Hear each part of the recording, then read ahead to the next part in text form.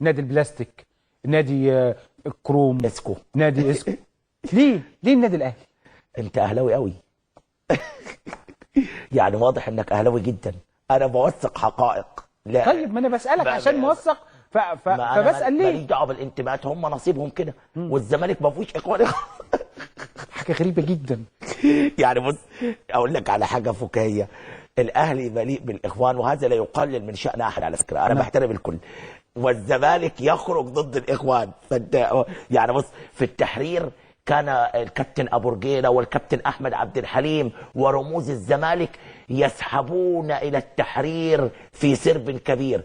كابتن حلمي طولان ومجموعه تاني وايمن يونس يطلعوا على الاتحاديه. والاهلي يعني سبحان الله، يعني انا بس بوثق على فكره. لان انا ضد كلا التصرفين. الرياضي لابد ان يكون ملك للجميع، لان الرياضه تجمع، والرياضه هي الروح، هي الثقافه، هي الجمال، هي الرقي. السياسه هي التفرقه، هي الخيانه، هي الخداع. ولا بد ان يسمو لاعب كره القدم عن هذا الانتماء. لاعب كره القدم يعني ما شفتش حد من الزمالك في رابعه مثلا، ولا حد رفع خالص. ما شفتش حد من الزمالك. انا بتفق معاك على صحيح فكره. مش كده؟ ولذلك انا بقول لك ليه ده، عشان حتى لا يتهم الناس انك تتجنى في ذلك. دي حقيقه، الا ما ندر، يعني الا ما ندر.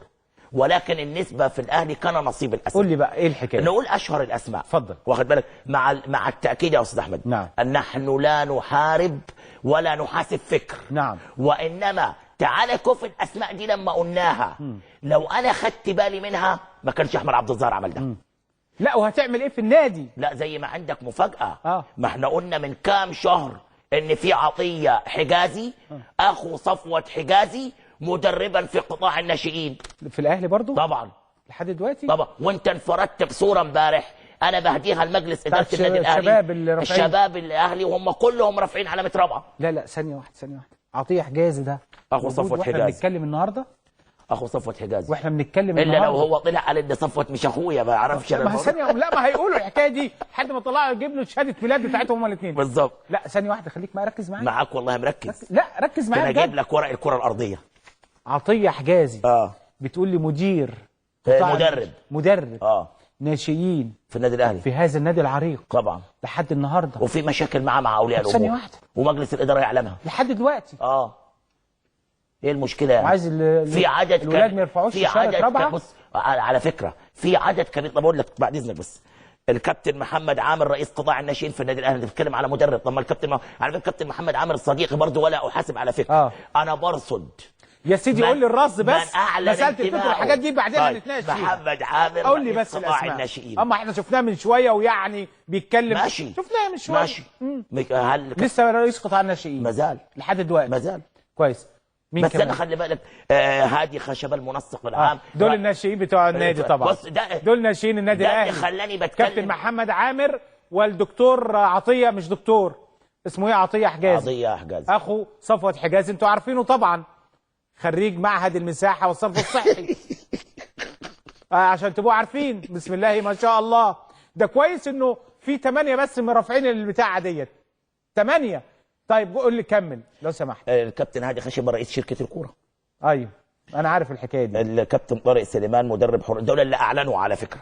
طارق سليمان مدرب حراس المرمى. لحد دلوقتي طبعا. طيب معلش انا ضعيف شويه في بس قول لي بس، يعني لما اسالك على حاجه طارق سليمان قول لي موجود لحد دلوقتي. انا عايز اهرب من تعليقاتك. لا ما تهربش. ايهاب علي طبيب الفريق اخو ايمن علي. لا وعايز اقول لك ثانيه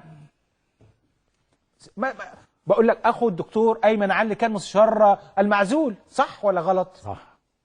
ودي حاجه تزعل؟ لا. طيب خلاص، هي معلومه بقولها لك. ماشي. او الناس اكيد في ناس عارفه والناس ما تعرفش، فانا عايز اوثقها منك. صح. ما هو المشكله ان مفيش حد بيعرف يخبي حاجه عنك يعني. طب صح. طيب اتفضل حضرتك. خالد محمود ده مساعد ايهاب علي. وله قصه. ايه بقى قصته؟ الاهلي وهو بيلاعب ليوبارد في دوري المجموعات.